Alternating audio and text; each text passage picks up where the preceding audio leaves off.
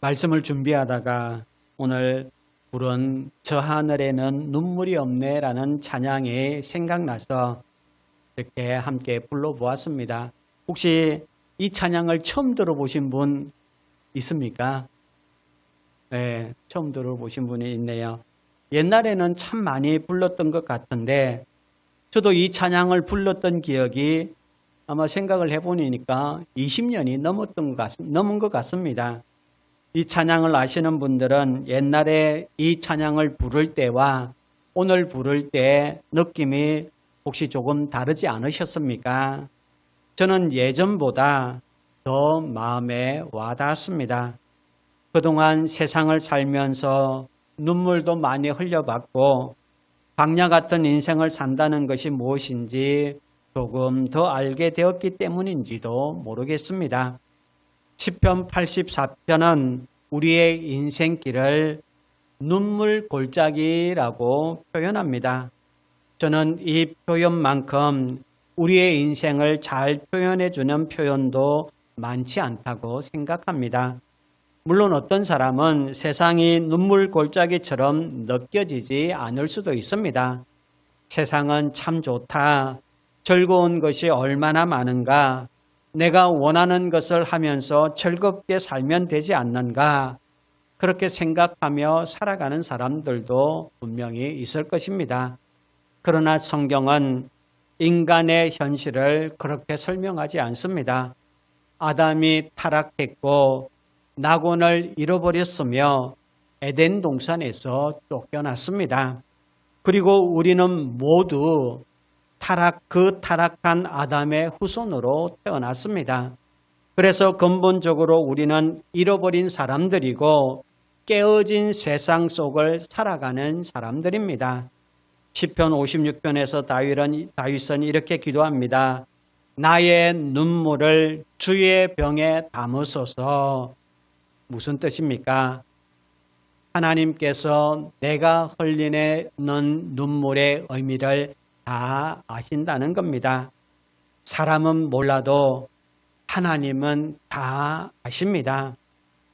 왜 울었는지, 무엇 때문에 아팠는지, 남들에게 말하지 못하고 속으로 얼마나 울었는지 하나님께서는 다 아십니다.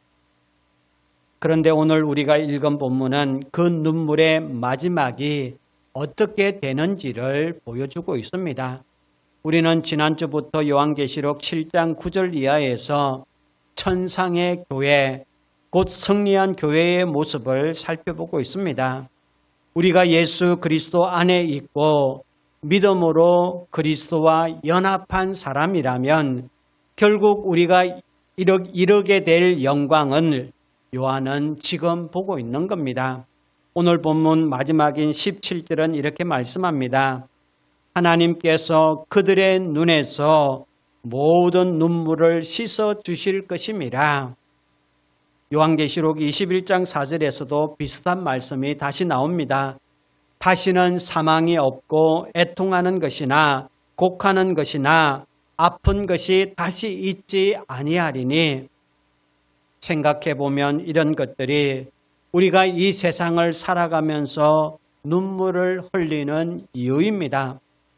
아파서 울고, 사랑하는 사람과 헤어져서 울고, 죽음 때문에 울고, 상실 때문에 울고, 답답하고 슬퍼서 웁니다. 그런데 그 나라에는 우리를 더 이상 울게 만들 일이 없습니다. 여러분 한번 상상해 보십시오. 도대체 그런 세상은 어떤 세상일까요? 오늘 본문은 영화롭게 된 성도들이 누리게 될 영광을 하나씩 우리에게 보여주고 있습니다. 그런데 우리는 이 말씀을 읽으면서 한 가지를 잊어서는 안 됩니다. 왜 하나님께서 요한에게 이런 광경을 보여주셨습니까? 1차적으로는 1세기 말 예수 그리스도를 믿고 그 믿음을 정언했다는 이유로 박해와 고난을 감당해야 했던 성도들을 위로하기 위해서였습니다. 하나님께서 그들에게 보여주시는 겁니다. 너희가 이 땅에서 보는 것이 전부가 아니다. 너희 앞에는 영원한 영광이 기다리고 있다. 그러므로 믿음을 버리지 마라. 예수 그리스도에 대한 증거를 포기하지 말라. 지금의 환난과 영원한 영광을 비교해 보라는 것입니다. 그리고 이 말씀은 1세기의 성도들만을 위한 말씀이 아닙니다. 오고 오는 시대의 모든 성도들, 오늘 우리를 위한 말씀인 줄 받으시기를 바랍니다. 우리는 천성을 향해 걸어가는 순례자들입니다. 철로 역정의 길을 걷고 있습니다. 그 길에서 별의별 일을 다 겪습니다. 어떤 때는 절망에 붙잡힙니다. 깊은 우울과 침체 속에 빠질 때가 있습니다. 내가 계속해서 살아갈 이유가 있는가? 그런 생각들이 들 만큼 힘겨운 시간을 보낸 사람들도 있습니다. 바로 그때 하나님께서 이 말씀을 보여주시는 것입니다. 조금만 더 버텨라. 네가 보고 있는 현실이 전부가 아니다. 너를 기다리고 있는 영광이 있다. 그러므로 우리는 이런 말씀을 통해 위로를 받아야 합니다. 이 말씀은 눈물 골짜기를 살아가는 하나님의 백성인 저와 여러분을 위로하려고 주신 말씀이기 때문에 그렇습니다. 사도 요한은 큰 환난에서 나오고 어린 양의 피에 그 옷을 씻어 희귀한 셀 수 없는 큰 무리를 지금 보고 있습니다. 각 나라와 족속과 백성과 방언에서 나온 구원받은 하나님의 백성들입니다. 그들은 찬송합니다. 구원하심이 보좌에 앉으신 우리 하나님과 어린 양께 있도다. 그러자 천사들이 화답합니다. 아멘. 찬송과 영광과 지혜와 감사와 존귀와 권능과 힘이 우리 하나님께 세세토록 있을지어다. 아멘. 그리고 오늘 본문에서 요한은 그 셀 수 없는 성도들이 천상에서 누리는 영광을 하나씩 보게 됩니다. 그렇다면 하늘에서 성도가 누리게 될 그 영광은 무엇입니까? 첫째, 하나님의 보좌 앞에서 하나님과 영원히 함께하게 되는 겁니다. 15절입니다. 그러므로 그들이 하나님의 보좌 앞에 있고 또 그의 성전에서 밤낮 하나님을 섬김에 보좌에 앉으신 이가 그들을 위해 장막을 치시리니, 먼저 성도들이 어디에 있다고 합니까? 하나님의 보좌 앞에 서 있습니다. 성도 여러분, 이것이 얼마나 놀라운 말씀인지 여러분은 상상할 수 있겠습니까? 이사야 선지자가 부름을 받을 때 환상 가운데 하나님의 보좌를 보았습니다. 그 곁에는 서랍들이 있었고 거룩하다 거룩하다 거룩하다 만군의 여호와여 그의 영광이 온 땅에 충만하도다라고 찬송했습니다. 그 광경 앞에서 이사야가 어떻게 반응했습니까? 화로다 나여 망하게 되었도다. 거룩하신 하나님 앞에 죄인이 설 수 없다는 사실을 깨달았기 때문에 이사야는 이렇게 반응한 겁니다. 그런데 오늘 본문의 성도들은 다릅니다.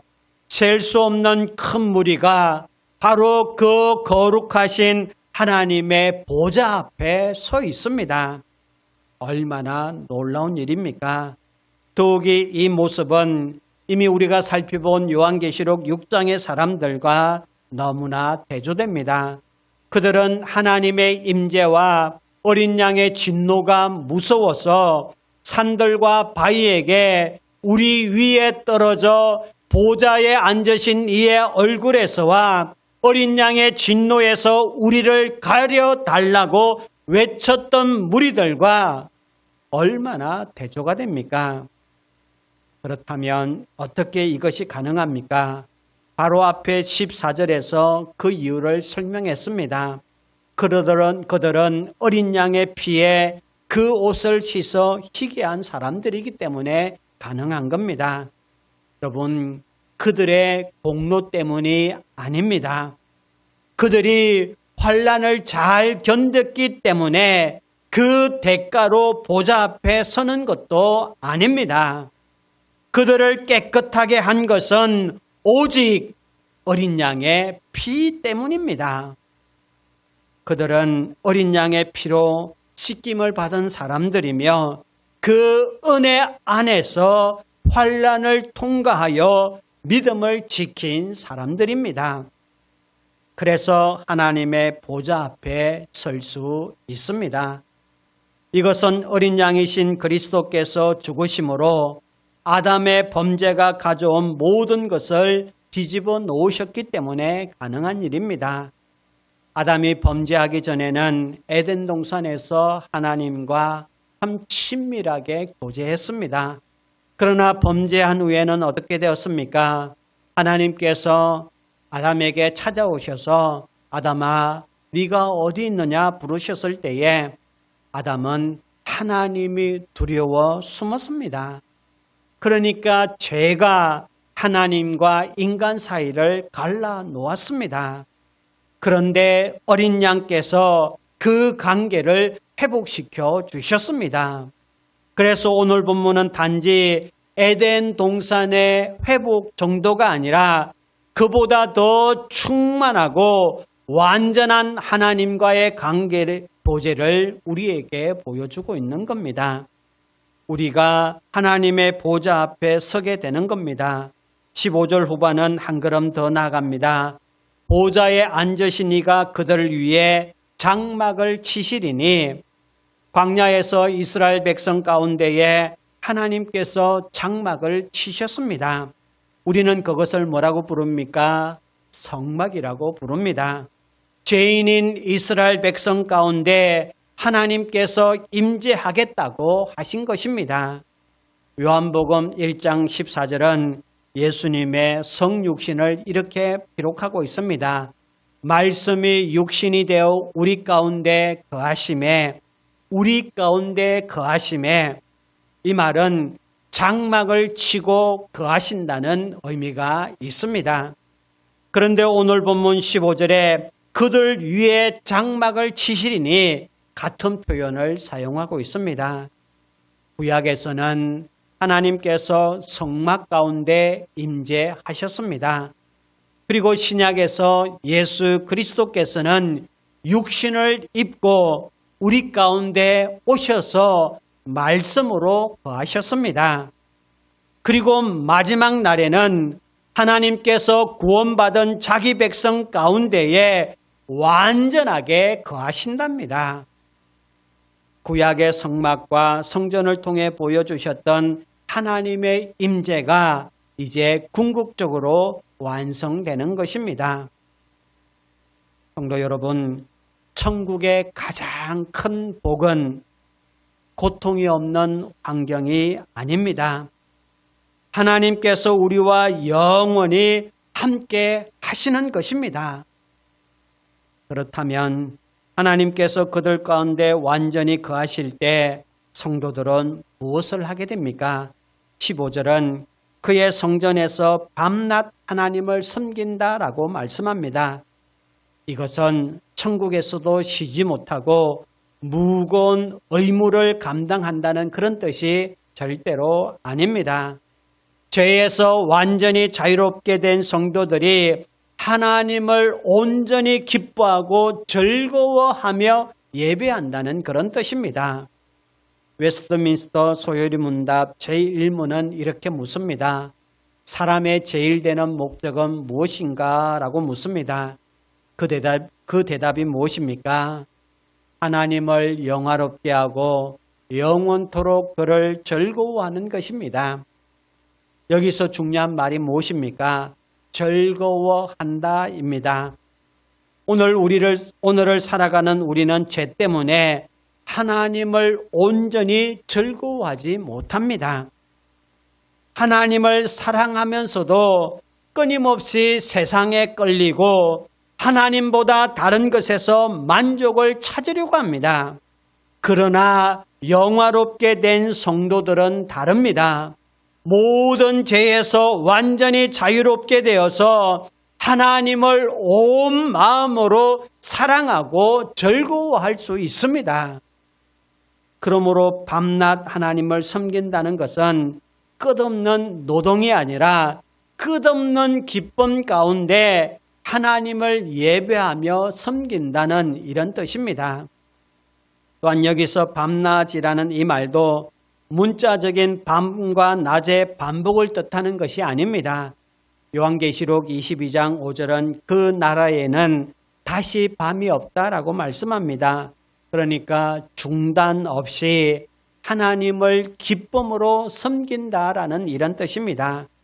그리고 그의 성전에서라는 표현도 하늘에 별도의 성전 건물이 있다는 뜻이 아닙니다. 요한계시록 21장 22절을 보면은 새 예루살렘에는 별도의 성전이 없습니다. 전능하신 하나님과 어린 양이 바로 그 성전이기 때문에 그렇습니다. 결국 하나님이 계신 그곳이 그곳 전체가 성전인 것입니다. 우리는 바로 그곳에서 영원히 하나님을 즐거워하며 섬기게 될 것입니다. 하늘에서 성도가 누리게 될 영광 두 번째는 다시는 줄이거나 목마르지 않게 됩니다. 16절입니다. 그들이 다시는 줄이지도 아니하며 목마르지도 아니하고 해나 아무 뜨거운 기운에 상하지도 아니하리니 하나님의 임재가 자기 백성을 완전히 보호하고 그들의 부족함을 채워주신다는 뜻입니다. 주림도 없고 목마름도 없고 뜨거운 태양에 상하는 일도 없답니다. 이 말씀은 이사야 49장의 배경을 가지고 있습니다. 바벨론 포로에서 해방되어 고향으로 돌아오는 이스라엘 백성에게 하나님께서 말씀하셨습니다. 그들이 줄이거나 목마르지 아니할 것이며 더위와 볕이 그들을 상하지 아니하리니 이는 그들을 궁일이 여기는 이가 그들을 이끌되 샘물 근원으로 인도할 것임이라. 바벨론에서 예루살렘으로 돌아오는 길은 편안한 여행길이 아니었습니다. 광야를 지내야만 했습니다. 그들을 위협하는 것은 주림과 목마름이었고 중동의 뜨거운 태양이었습니다. 그런데 하나님께서 말씀하십니다. 내가 너희를 지키겠다. 내가 너희를 샘물 근원으로 인도하겠다. 요한계시록의 말씀은 이사야의 이 약속을 다시 가져와서 그것이 마침내 어떻게 완성되는지를 보여주고 있습니다. 성도 여러분, 우리의 인생도 본향으로 돌아가는 길입니다. 철로 역정의 길이란 말입니다. 그 길에서 우리는 줄이고 목마르고 뜨거운 햇볕을 만나는 것처럼 수많은 고난을 경험하며 걸어가고 있습니다. 그러나 하나님께서 자기 백성을 지키시고 결국 본향까지 데리고 가실 것입니다. 그리고 그곳에서는 이 세상에서 우리를 울렸던 것들이 끊임없이 눈물 흐르게 했던 것들이 더 이상 존재하지 않습니다. 육체적인 필요만 채워주는 것이 아닙니다. 우리의 영혼의 깊은 갈망까지 궁극적으로 채워주신단 말입니다. 예수님께서 내게 오는 자는 결코 줄이지 아니하고 나를 믿는 자는 영원히 목마르지 아니하리라고 하신 그 약속이 그날 마침내 완전히 성취되는 것입니다. 그런데 왜 이런 일들이 일어납니까? 17절이 그 이유와 마지막 영광을 보여줍니다. 하늘에서 성도가 누리게 될 영광 세 번째, 어린 양께서 우리를 생명수 샘으로 인도하시고 하나님께서 우리의 모든 눈물을 씻어주시기 때문입니다. 17절입니다. 이는 보좌 가운데 계신 어린 양이 그들의 목자가 되사 생명수 샘으로 인도하시고, 놀라운 표현입니다. 죽임당하신 어린 양이 우리의 목자가 되십니다. 그리고 여기서 목자가 된다는 말에는 양을 돌보고 인도한다는 의미뿐만 아니라 우리를 다스리고 통치하신다는 의미도 포함되어 있습니다. 그러므로 우리의 목자는 무력한 분이 아닙니다.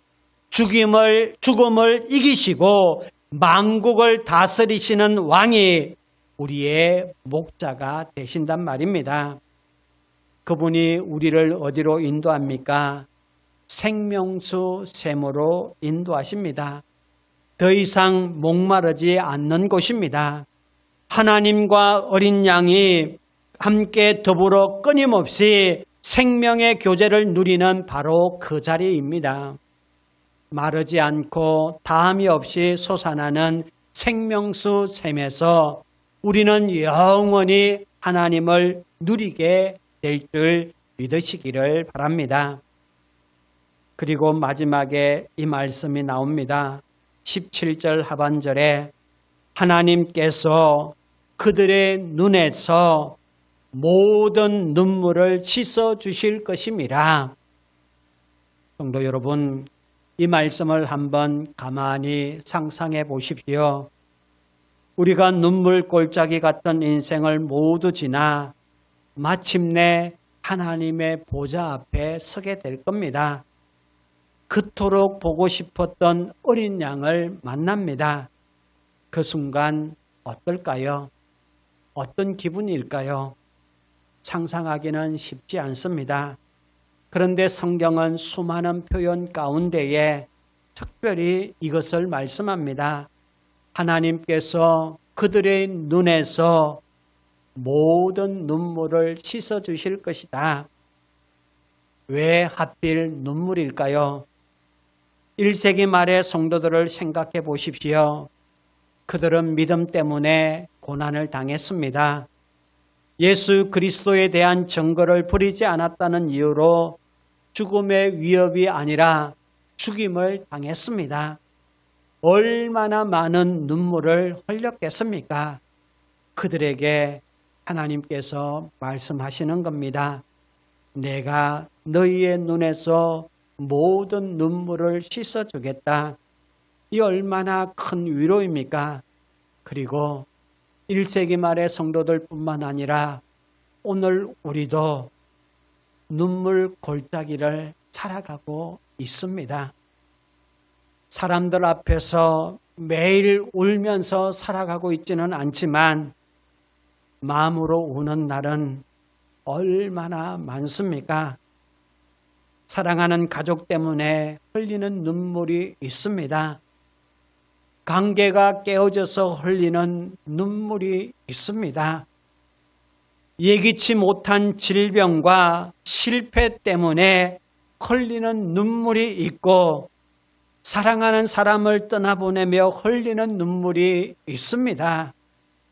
그리고 그 누구에게도 말하지 못한 채 혼자 흘린 눈물도 있습니다. 사람들은 다 몰라도 하나님은 아십니다. 여러분이 왜 울었는지, 무엇이 그렇게 아팠는지, 왜 그날 밤 잠들지 못했는지 하나님은 다 알고 계십니다. 그래서 저는 이 말씀이 참 좋습니다. 하나님께서 그들의 눈에서 모든 눈물을 씻어 주실 것임이라. 하나님께서는 우리에게 더 큰 집을 주겠다거나 더 많은 것을 주겠다고 말씀하지 않습니다. 우리의 눈물을 닦아주시겠다 말씀하십니다. 이보다 더 따뜻한 위로가 어디 있습니까? 물론 이 말씀은 단순히 흐르는 눈물을 닦아주시는 것만이 아닙니다. 우리가 눈물을 흘려야 할 이유 자체를 제거해 주신다는 그런 뜻입니다. 주림도 없고 목마름도 없습니다. 사망도 없고 애통하는 것도 없고 곡하는 것도 없고 아픈 것도 다시 있지 않습니다. 우리를 울게 만들었던 그 모든 것들이 사라진단 말입니다. 사랑하는 성도 여러분, 오늘 본문을 통해 우리는 하늘에서 성도가 누릴 영광을 잠깐 살펴보았습니다. 우리는 거룩하고 영광스러운 하나님의 그 영광스러운 보좌 앞에 서게 될 겁니다. 하나님께서 우리 가운데 장막을 치시고 영원히 함께 하실 것입니다. 우리는 하나님을 온전히 즐거워하며 끊임없이 섬기게 될 겁니다. 왜 그렇습니까? 어린 양이 우리의 목자가 되셔서 우리를 생명수 샘으로 인도하시기 때문입니다. 우리는 그곳에서 하나님과 어린 양과 더불어 영원한 생명의 교제를 누리게 될 겁니다. 그리고 하나님께서는 우리의 눈에서 모든 눈물을 씻어 주실 것입니다. 그러나 성경은 이런 일이 모든 사람에게 자동적으로 일어난다라고 말씀하지 않습니다. 이 영광은 어린 양의 피에 그 옷을 씻어 희게 한 사람들에게 주어지는 은혜입니다. 성경은 이 지점에서 우리에게 분명한 구분을 보여줍니다. 영생에 들어갈 사람이 있고 심판에 이르는 사람이 있습니다. 하나님께서 모든 눈물을 씻어주실 사람들은 어린 양의 피에 옷을 씻어 희게 한 사람들입니다. 그리고 요한계시록 14장 4절이 말씀하는 것처럼 어린 양이 어디로 인도하든지 따라가는 사람들입니다. 어린 양이 어디로 인도하든지 따라가는 사람들입니다. 어린 양이신 구주 예수 그리스도를 사랑하는 사람들입니다. 그렇다면 여러분은 어린 양의 피에 옷을 씻은 사람입니까? 여러분은 어린 양을 여러분의 목자로 믿고 있습니까? 내 인생은 내 것이다. 그렇게 여기며 살아가고 있습니까? 아니면 나는 주님의 것입니다. 내 인생은 주님의 것입니다. 어린 양께서 나를 어디로 인도하시든지 그 길을 따라가겠습니다. 그렇게 고백하며 오늘을 살아가고 있습니까? 그러나 이 질문 앞에서 자신 있게 대답할 수 없다고 해서 낙심하지 마십시오. 지금도 은혜의 문은 열려 있습니다. 돌아오는 탕자를 기쁨으로 맞아주셨던 아버지처럼 하나님께서는 그리스도께 나오는 죄인을 외면하지 않습니다. 주님, 어린 양의 피로 저를 씻어 주십시오. 주님께서 어디로 인도하시든지 따라가기를 원합니다. 예수 그리스도를 사랑하며 살기를 원합니다. 저를 불쌍히 여기시고 도와주십시오. 이렇게 기도할 수 있기를 바랍니다. 참된 마음으로 주님의 은혜를 구하며 나아간다면 주님께서는 결코 외면하지 않습니다. 언젠가가 아닙니다. 지금 그리스도께 나아갈 수 있습니다. 그리고 이미 주님을 사랑하고 그분을 따라 살아가고 있다면 그날의 소망을 품고 살아갈 수 있기를 바랍니다. 우리가 주님을 믿는다고 해서 눈물 골짜기를 피해가는 것은 아닙니다. 고난은 우리의 인생에도 찾아왔고 앞으로 남은 인생에도 찾아오게 될 겁니다.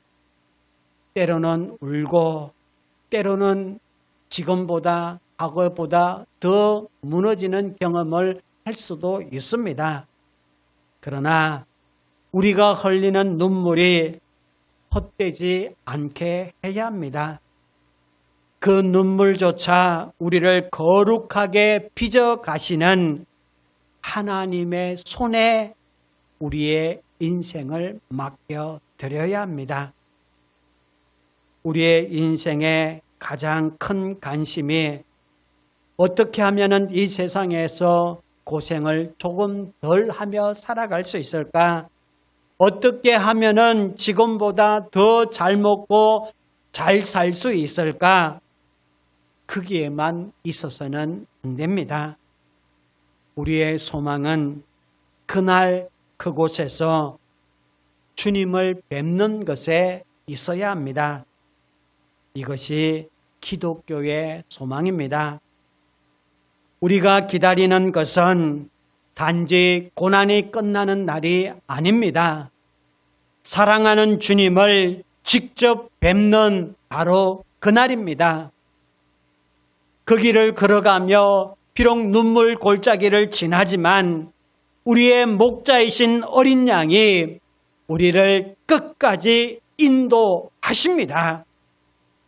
목마름을 지나지만 마지막에는 생명수의 샘이 우리를 기다리고 있습니다.